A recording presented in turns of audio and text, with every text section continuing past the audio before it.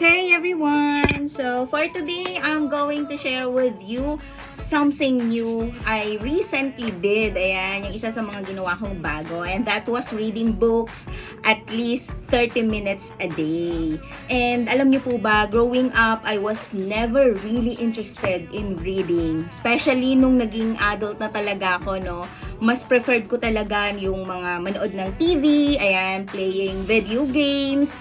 And I found books really boring and mas prefer ko talaga spending my time doing other things. But then, when I started to focus on my personal growth, and syempre, influence din ng mga nakakasama ko recently, na bumalik yung interest ko sa pagbabasa ng books. Alam niyo po ba na the first book I read is yung When Bad Things Happen to Good People by Harold Kushner.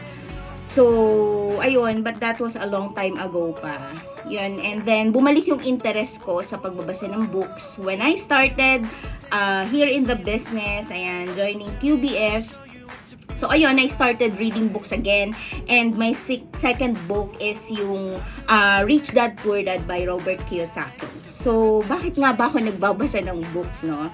Kasi alam niyo po ba, I realized how reading books can help me shape my mind into thinking further and better. Alam niyo ba na mahalaga din na nagbabasa tayo ng books? Kasi ako personally, what I am learning or gaining from reading books is a new perspective. New perspective in terms of the new things that I want to learn. Kasi kapag nagbabasa ako, natututo ako ng mga new things.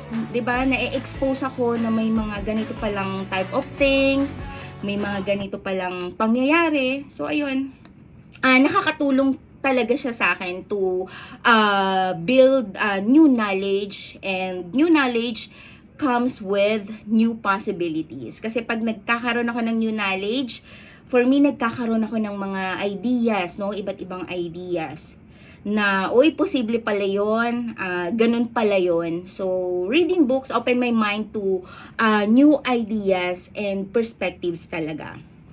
And for me, education doesn't stop from school naman no?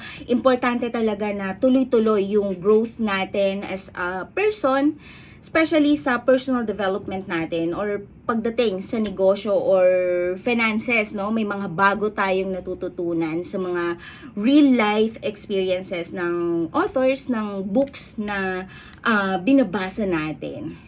So, ayun, yun talaga pong isa sa dahilan bakit nagbabasa ako ng books, no?